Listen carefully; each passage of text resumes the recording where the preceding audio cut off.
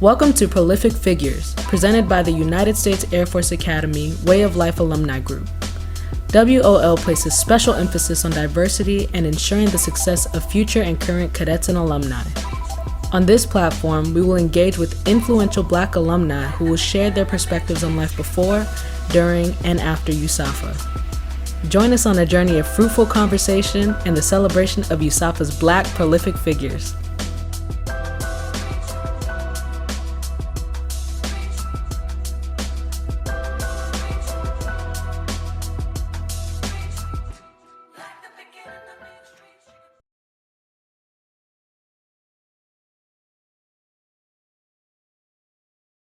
Prolific Figure family, welcome. My name is Tyler Jackson, and you are tuned into another episode of Prolific Figures, influential conversation with influential Black USAFA alumni. And today we have a very special guest, Dr. Brian Williams. So let me tell you about Dr. Williams. He serves as an associate professor of trauma and acute care surgery at the University of Chicago. He graduated from the United States Air Force Academy in 1991 with a degree in aeronautical engineering. After 6 years on active duty, he followed a different call to serve and enrolled at the University of Florida Morsani School of Medicine. After obtaining his medical degree, he completed a general surgery residency at Harvard Medical School in Boston, Massachusetts, and a fellowship in trauma and surgical critical care at Emory University in Atlanta, Georgia. Dr. Brian Williams led the trauma team that treated police officers ambushed by a sniper on July 7, 2016. The largest loss of life for U.S. law enforcement since 9/11. His heartfelt comments about the tragedy touched thousands, and the Huffington Post named this moment the most memorable televised moment in 2016. In his remarks after the sniper attack, Dr. Williams lamented that we lack open discussions about the impacts of race relations in this country. And these comments led him to become an international spokesperson for racial justice.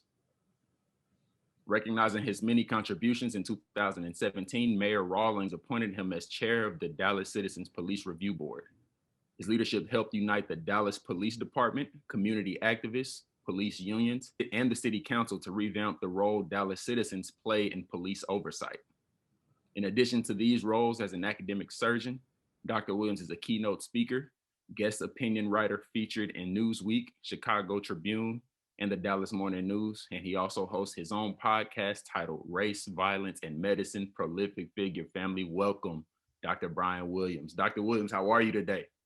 I'm doing fantastic, Tyler. Thank you for inviting me and for that very humbling introduction you gave there. Appreciate it. Yeah, there was a tongue twister in there, but I think we got through it. Well, hey, I'm excited. I know some of our audience is excited as well. So we're just gonna hop right into it. The first segment of our videos is our cookout questions. So I just want to hop right into it, and these serve to just get you comfortable, put you in the mindset that you're, at home with family at a cookout, and y'all are just talking, because with Prolific Figures, you are with family. So here we go.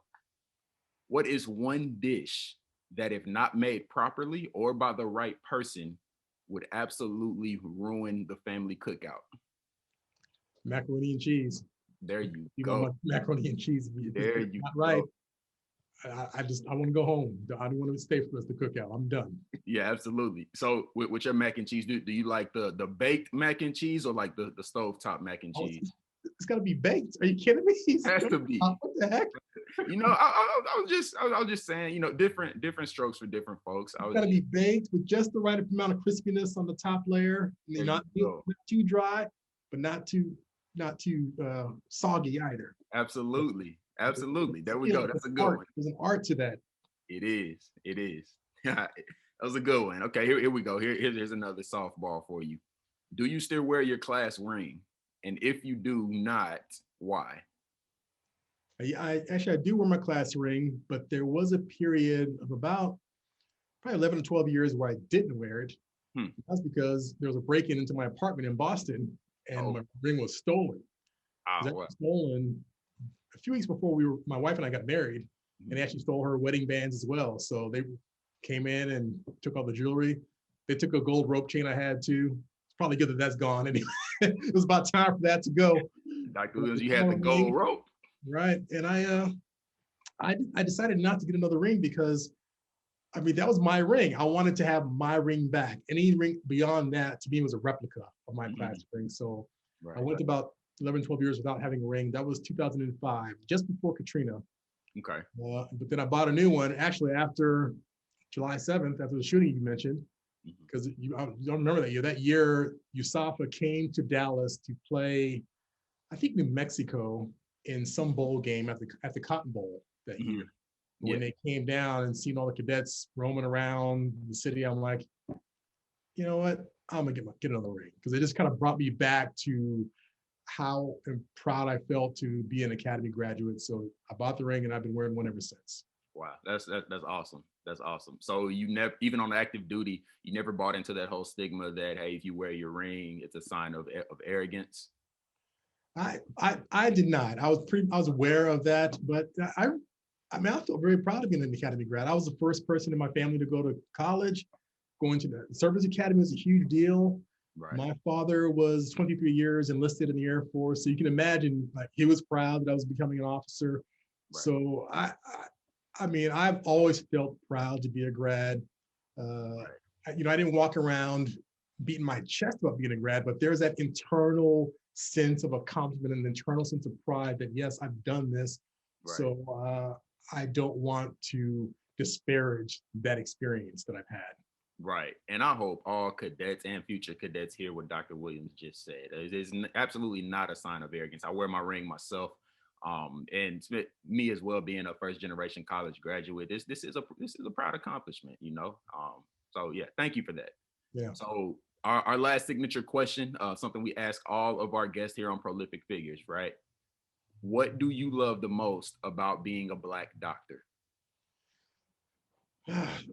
Well, I'll tell you what I like most about just being a doctor in general is teaching. Mhm. Teaching medical students, teaching residents. I feel at my core, I am an educator. Yeah. So being in academic medicine, I get to do that pretty much every single day, not just in the classroom, but in the operating room, in the trauma hall, seeing patients. So you walk around in this nonstop mode of education.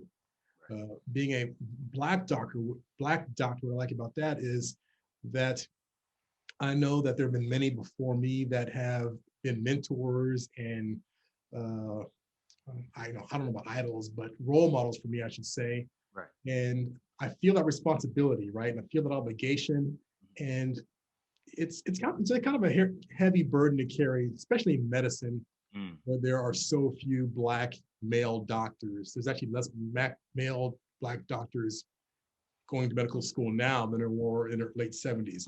Wow. So that's an ongoing issue.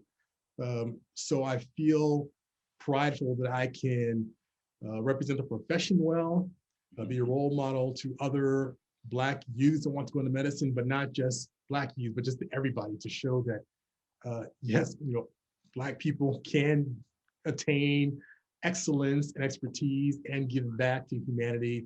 It has nothing to do with skin color. It has to do with us realizing our shared human experience. Yeah. Yeah. Awesome. Awesome. So you mentioned that there are less Black doctors now than there were before. Why do you think that is? And are you all doing anything to sort of mitigate that gap?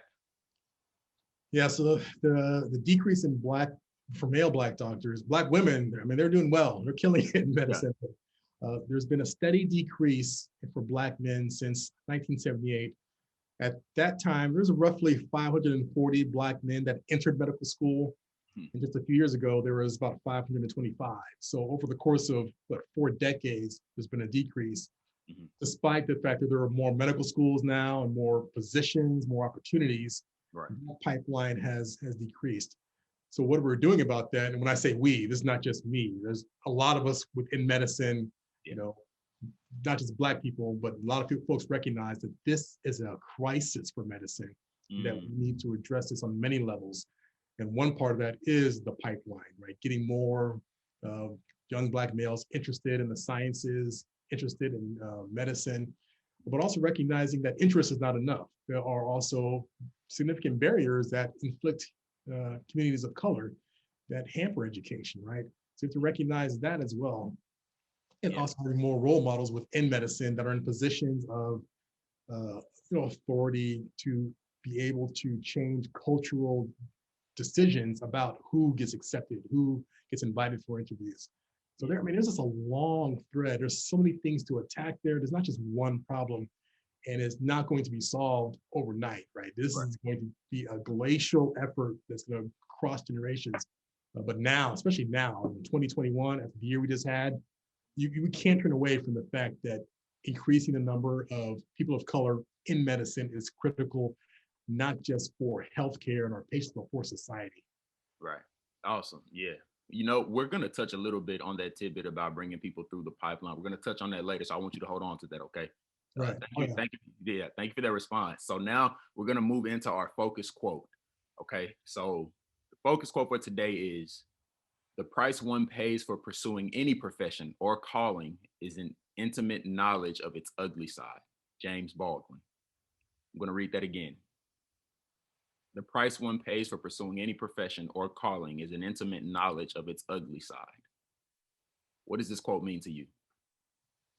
Well, when you read it, I just got chills. Like that, James Baldwin just has this way of saying so much in so few words. And for me, that quote, I think about my life as a doctor, but also as a military officer.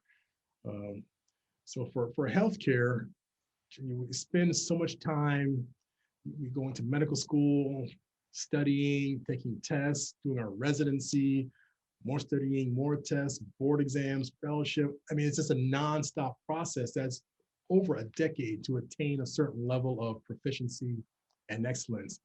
And through that process, you kind of lose sight of what's going on around you, right?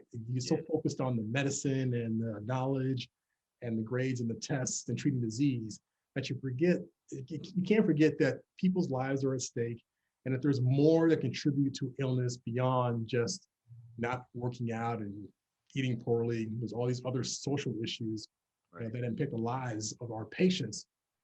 And learning about that as I've gotten more senior in the profession and recognizing that there's much more that healthcare can and should do to address that. That's the ugly side, right? I'm saying is that we didn't know that, but a lot of that has to do with education, is not being taught in medical school about how Black Americans were exploited for experimentation in this country. Beyond just, we talk about Tuskegee. That's just one of many very abhorrent things that were done to Black Americans in this country. So telling a full story, I think would help. It's not about guilt or shame. It's just understanding where we've come from to where we are now so we can make progress. And I think in military, we're seeing that as well, right? With January 6th, and people are reckoning with, there were so many military active duty and veterans that were involved in the insurrection. Yeah. And in fact, my cadet squadron commander was part of that.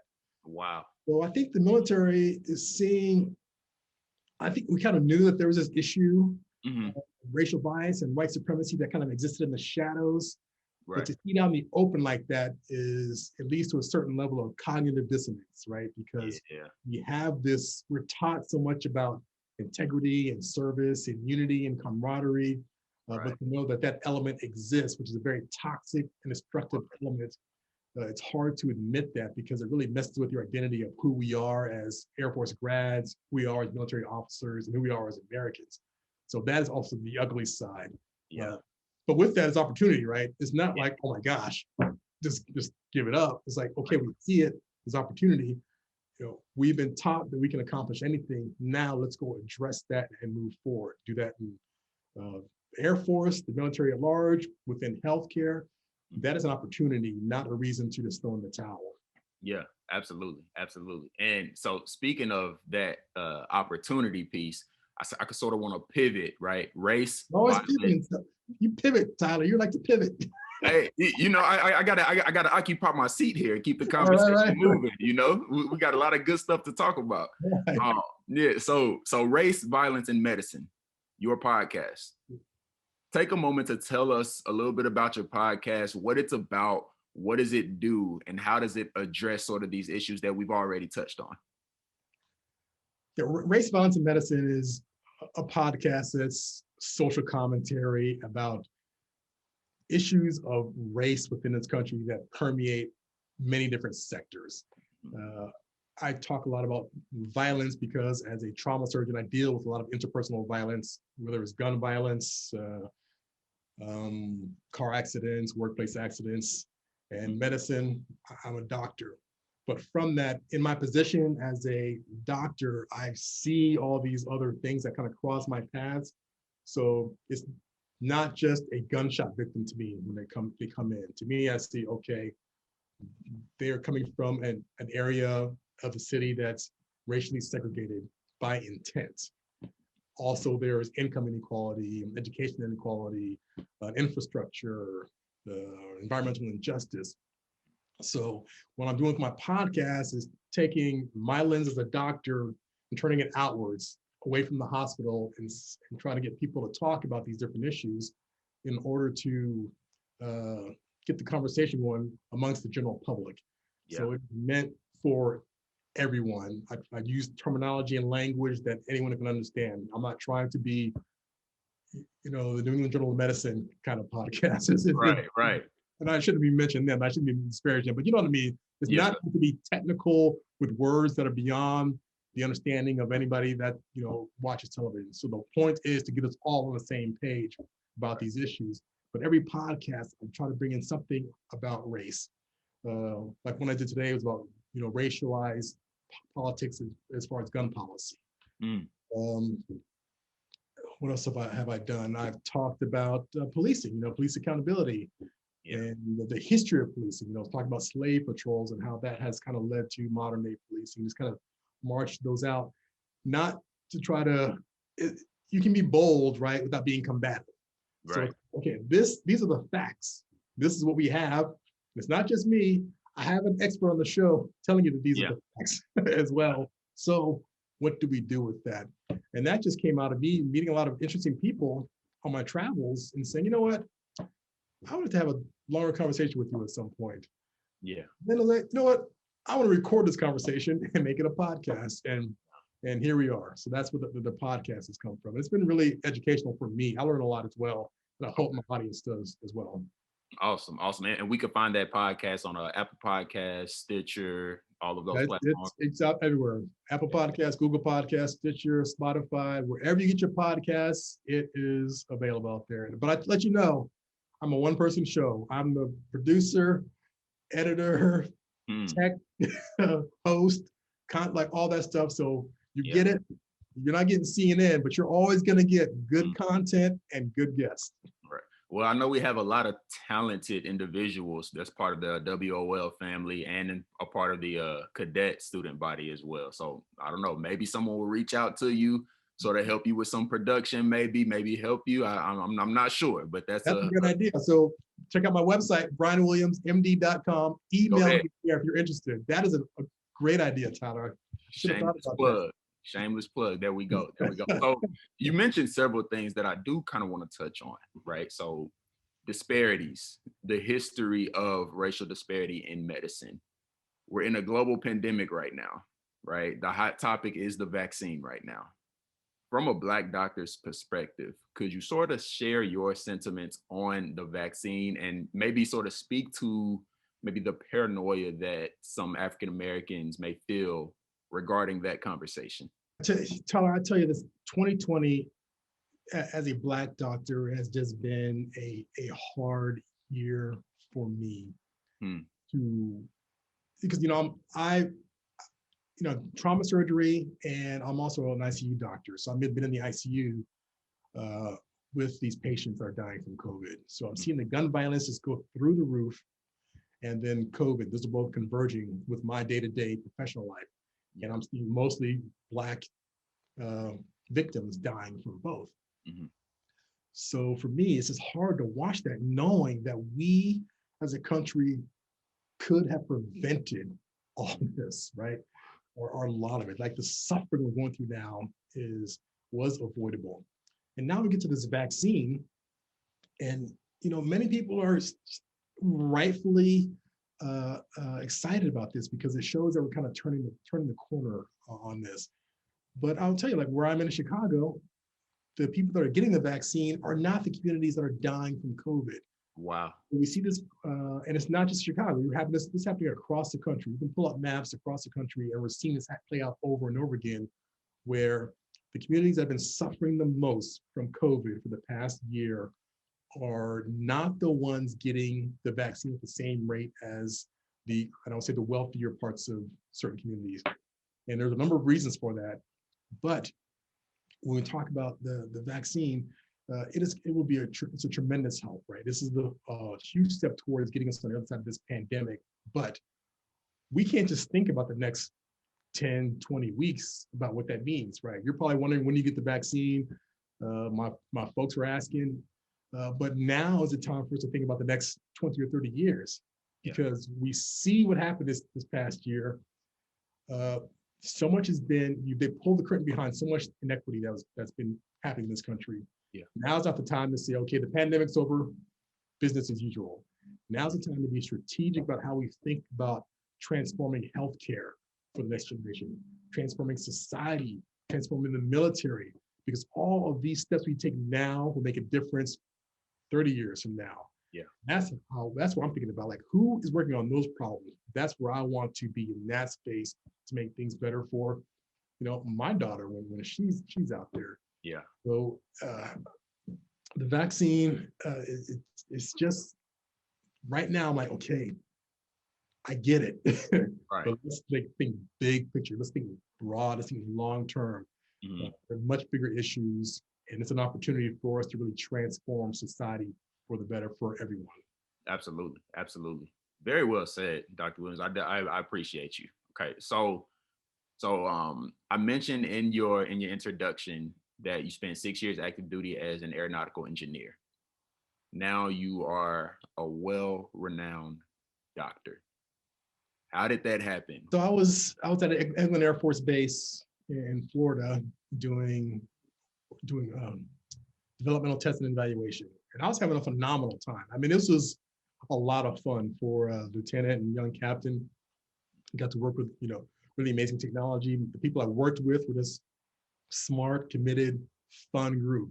Yeah. So the important thing is, when I changed to medicine, it was not due to dissatisfaction with my job, or dissatisfaction with the military. It was truly like a calling to medicine.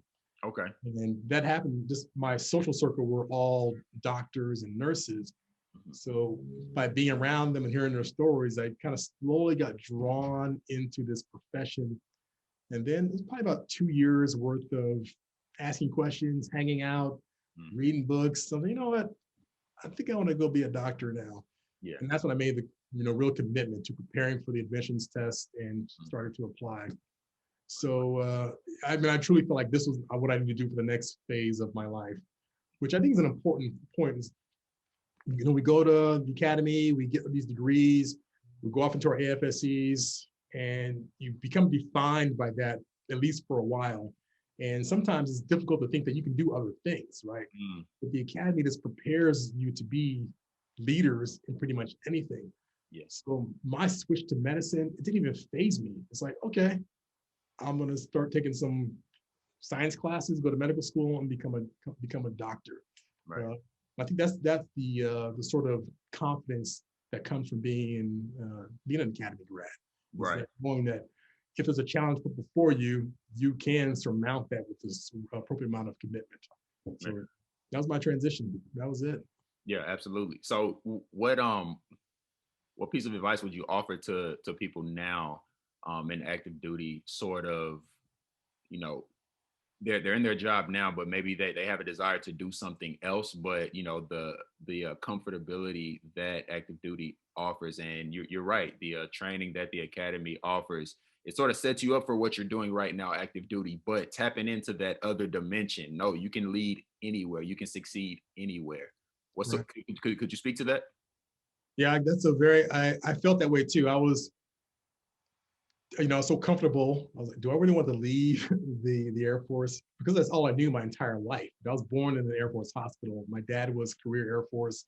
I grew up on Air Force bases, went to the academy. Like, that was all I knew. So to think about doing something else that was the biggest hurdle for me, was to leave that sort of comfort zone for me. Once I did, I realized all that was preparation to make a greater contribution to society, right? Wow. There is, and you don't even know it at the time. I didn't know it at the time, right? But I can say that looking back now, that all of that served a purpose. Everything that I was learning and the people I met, I mean, I still have an ongoing group text with about 7 guys from the academy. My class is going on nowadays. I'm certain if it ever got out, none of us would get run for political office because of the content of this text messages. We're like, we're done. But it's that sort of camaraderie that still exists. And they're all doing different things now. You know, there's a mayor, attorneys, business leaders. So yes, the academy sets you up to be officers and serve our country. But for those that do that in the transition to something else, that transition part is definitely very difficult. I mean, it was hard for me psychologically to let that go. But there is an opportunity to really make a tremendous contribution to the country in ways even outside of the uniform. But I will admit, I still miss it. You know, I've looked into getting back into the reserves several times. Actually, one time I was about to get back in when the shooting happened, and then things kind of got all catawampus at that point. But you know, I miss it. I definitely miss it. Yes, sir. So you say the transition piece was the toughest piece. Did you have any mentors, any sponsors to help you make that transition? And if you did, could you sort of speak to that piece and specifically the differences between mentorship and sponsorship? So at the time, I did not have any good mentors or sponsors or mentors as far as how to make that transition.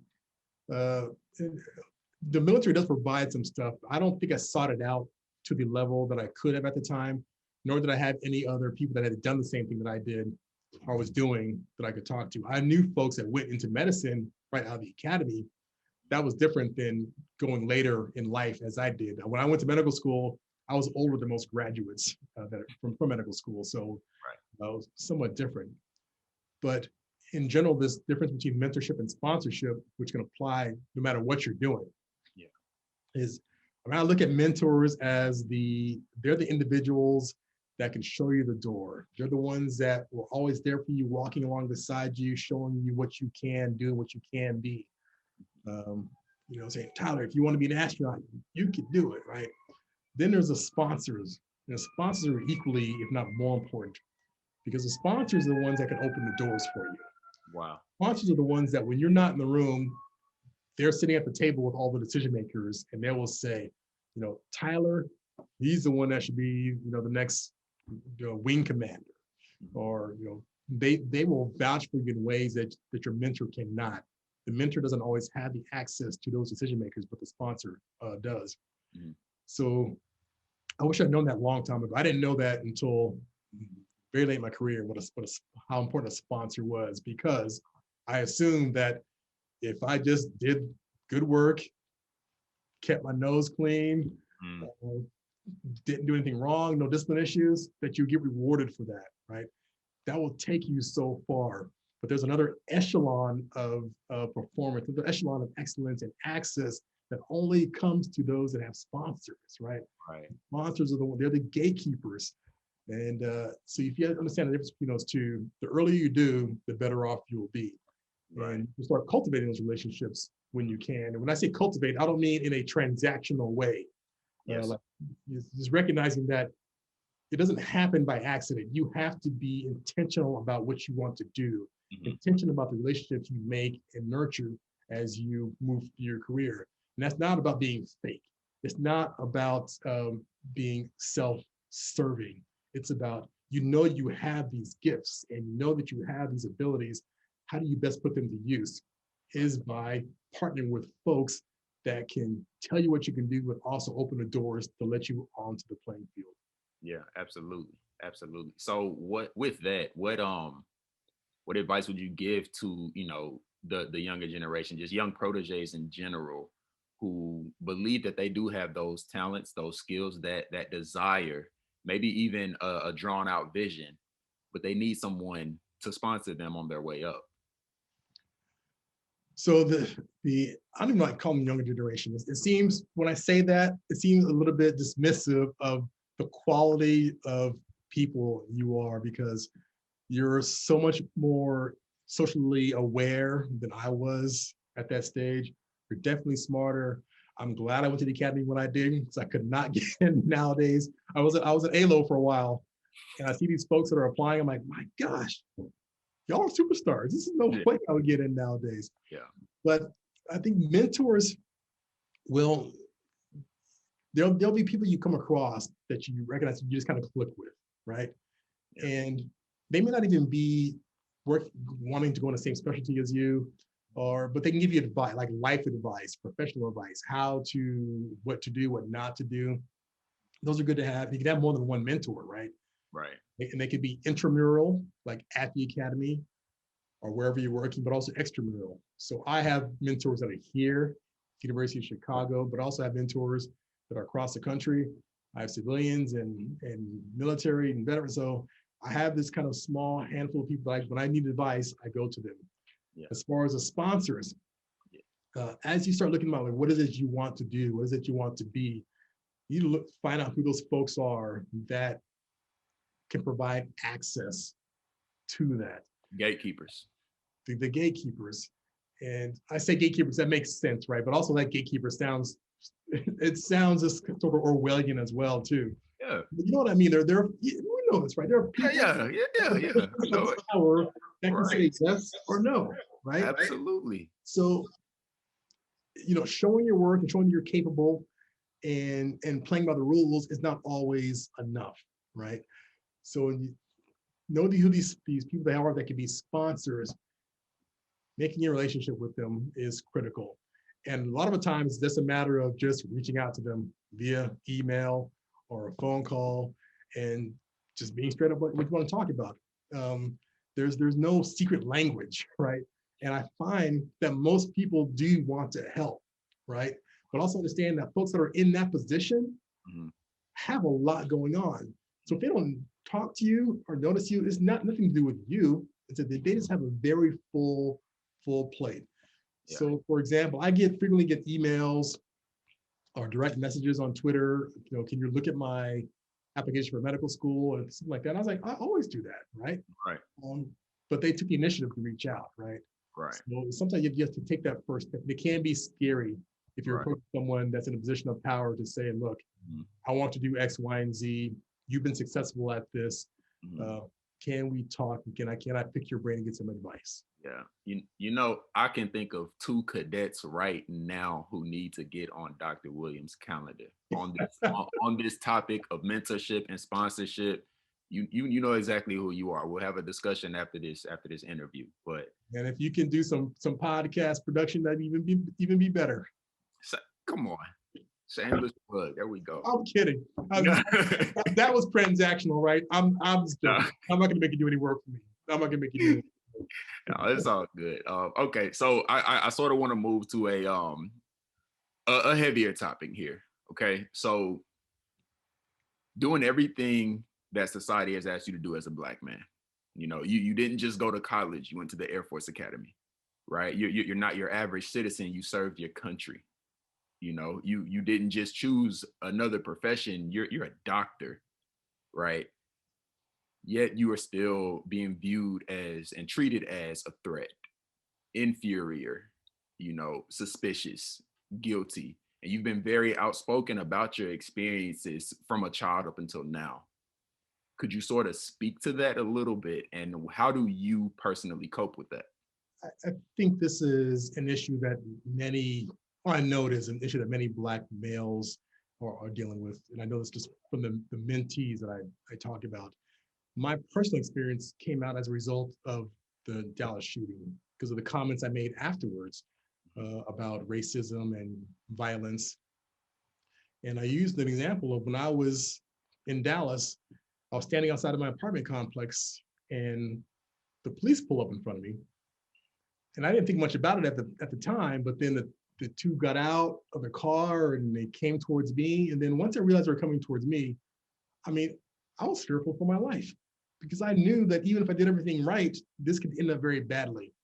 And this was, this is about 2011. This is before Michael Brown. This is before Trayvon Martin. This is before all of those videos came out. So even back then, I knew that that was a danger. And later found out the reason they came was because someone saw me and called the police and said that there was a bald Black man acting suspiciously. Mm-hmm. And I think, you know what, I was just standing there waiting for my ride. But it just goes to show you that despite being an Air Force Academy graduate and an Air Force officer and going to medical school, and we do all these things that society tells us that we need to do to prove our worthiness, right? Get a degree. Serving in the military is supposed to be the pinnacle of patriotism, right? Profession that serves humanity. None of that matters when they just see a black man. That trumps all that. So what I was trying to say is, with that statement was, I recognize that, and for the longest time I said nothing about it. I just internalized that, dealt with it, because I felt that, my life was better than my parents' life. So what do I have to complain about? My life is better than many of the patients whom I serve, and better is relative, right? Yeah, I felt it was, but that's also relative. But the reality is, like, systemic racism, as we see, is pervasive and it's corrosive, and it impacts everyone, irrespective of our social status within the country. And what I was trying to say, like, I carry that around with me all the time. It's the reality of being Black in this country, but it's not a hindrance. It's just a recognition that this is the society I live in. So when I navigate, I'm aware of that, but I'm also aware of the power that comes with that as well. Wow. And the potential for change, because I know that there's a generation behind me can be following that same path, right? So I need to do my part and also reach back and pull them up so they can do it for the next generation. So it's not an issue of woe is me, it's hard being Black, but it's like this country has to deal with its issue of systemic racism. Yeah. And that is not, we're not trying to assign blame or guilt. We're just trying to recognize our history. Just tell the full story. Mm-hmm. Because if we do that, that is the first step towards making tremendous progress to creating a just society. Yeah. There is no reason in 2020 why COVID should blanket the country and Black people are dying at 2.5 times the rate of everybody else. Yeah. There is no reason in 2020, with the resources we have, that when the vaccine becomes available, those same communities are getting it at a fraction of the rate as other parts of the community. There is no reason that I should have to see, every time I'm on call, I can't remember the last time I've been on call, I've not told a Black mother that their son or daughter died of gun violence. Like, these are problems that we can correct and fix in this country. But step one is acknowledging how racism is pervasive and contributes to all that. That doesn't mean we have a system of racists, right? But we do have a systemic racism that does have equally lethal impact on marginalized communities. Yes, sir. That was very well said. So on the topic of race, right? So could you sort of speak to how race specifically has impacted you in your marriage? I know you're in an interracial marriage, so I kind of want to get your perspective. You being somebody on the front lines of racial justice everywhere that you are. How have those conversations gone? How has race impacted your marriage? Yeah, so those conversations really shifted after the shooting. So as you see, like this is a recurring theme, right? There is my life prior to July 7, 2016, then my life afterwards. Mm-hmm. And that's been a transformative event for me personally, but also for my wife and my daughter too. She kind of got dragged into the story by accident. So it's impacted the entire family unit. Mm-hmm. But it's funny. I don't know if it's, excuse me, I won't say funny, but it's just interesting. If you talk to my wife, she will say, I never do that about you, that you had these feelings, because I never brought them up. I just never made race an issue publicly, right? Yeah. It's just, and we can spend a long time of psychoanalysis to explain that, but it just never did, even with my wife. Mm-hmm. After that, it's changed everything for me, for her, and for us. But she's had an interesting journey as well to see how she's become outspoken, and it's actually going to put her at odds with many of her circle of friends and with her family, right? Because she sees it differently now, and when she talks about it, they don't always still get it, right? Yeah. And neither does she. She doesn't get it completely, but she understands it better than most, and she's not afraid to speak up about it. Even on social media, I'm like, look, you got to chill on social media because that's not the place. That's not going nowhere, but I get it. So so what it has done is actually shifted the dynamic in our marriage about how we talk about not just race, but just relationships in general, right? And we were actually kind of both out there talking. She's doing her own thing in her way, and I'm doing mine. I'm clearly the most visible publicly, but she's doing quite a bit behind the scenes. And the reality is, I wouldn't be here were it not for her, because that press conference you mentioned, I actually refused to go until she's the one that said, you have to go because the country needs to see that you were there that night. Yeah. So, just goes to show when you have the right partner, you have the right partner. Yeah, absolutely. Dr. Williams, this has been amazing. This has been amazing. Thank you. I know our Way of Life committee definitely appreciates this. Our Prolific Figures audience appreciates this. What are you looking forward to in your career next? You've done a lot thus far. You've had a career as an engineer. Now you're a doctor. It seems like you keep scaling and scaling. You're at the forefront of social activism. What's next for you? What are you looking forward to? Yeah, I'm at this point now where everything I've done and I've experienced, I feel has really set me up for, the evolution of my career. I don't want to say the next phase because that implies that something ends, but I think it's just a continuation of all that. Yeah. So some things I have going on. I've written a book that I will be shopping around to publishers that will talk about racial justice in healthcare. I am working on developing here at the University of Chicago a Center for Racial Justice in Medicine. Be the first of its kind in this country of this sort that I'm trying to build. That will be about education, research, and advocacy. And something else that's happening in the background, which I can't talk about just yet. If you give me a few more weeks, that's what I'm most excited about. Is this other? Come on, Prolific Figures audience, we need an exclusive.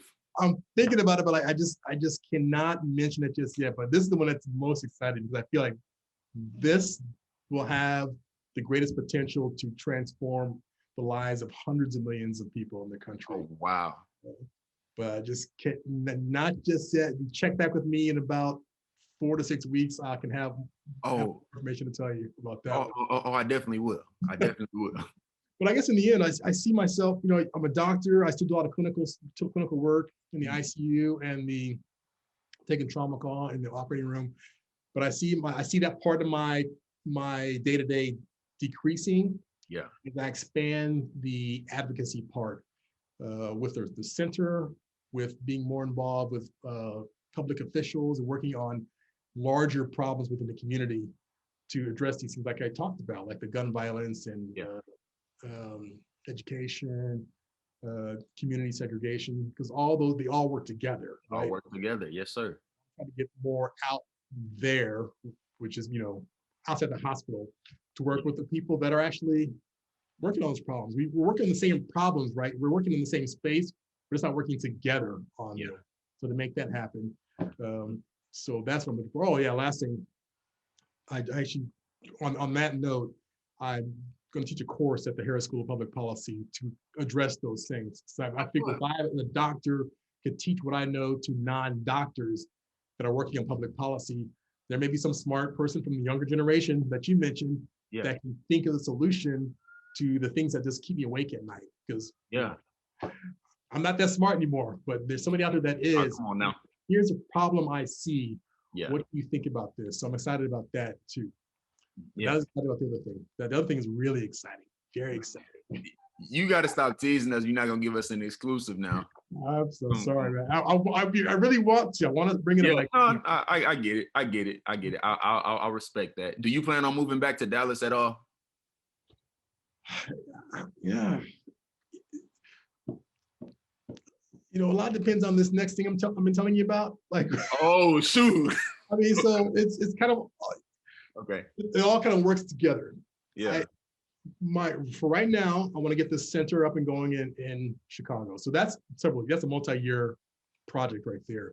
Mm-hmm. So if I do go to Dallas, it won't be anytime soon. So, but if I do go back to Dallas, that'll be I'm done with medicine. That's me going back to do something completely outside of medicine at that point. So okay. So it's a possibility. I would never say never, because I never thought I would leave Dallas. I never thought I was going to leave Dallas. Mm-hmm. So I don't say never anymore. It's a possibility. I may have an educated guess of what you're talking about, but I won't give it to the audience. And we'll just leave it there. No, that is amazing. That is amazing, Dr. Williams. Well, you have the whole prolific figure audience in your corner, WLL community, the long black and blue line. All of us are in your corner, sir. We definitely appreciate you. So before you get out of here, one book recommendation for our audience. One book. It's like, Tyler, I'm a bibliophile. So asking me to give you just one book is somewhat of a challenge. Yeah. But I think one that would go for the way of life audience would be, the prolific figures audience would be The Color of Law. I think the author's last name is Rothstein, but The Color of Law talks about the history of government-sanctioned segregation of neighborhoods, so what we call redlining. But it's one thing to know what that means, but another thing to understand, like step by step, how that leads to what we're dealing with now. Like you look at redlining, that can explain COVID disparities in death. It can explain gun violence disparity. It can explain public education. But it just shows you that, the government intended to do this. The government intended to isolate Black Americans from everyone else. And because of that, we have this persistent disparities in so many different parts of society. And the truth is, Tyler, I mean, we can debate why that was done. We just need to know that it was done, right? Understand it and be taught that. But when Black people in this country benefit, everyone benefits, right? Everyone will be uplifted. You don't give up something to uplift someone else. Yes. If you can uplift everyone, the entire country will benefit from that. And that's the challenge we have, right? Is to convince the haves that do not believe that is actually true. Wow. Yeah. Man. You and I, we are haves too, right? You and I are part of the haves. Right.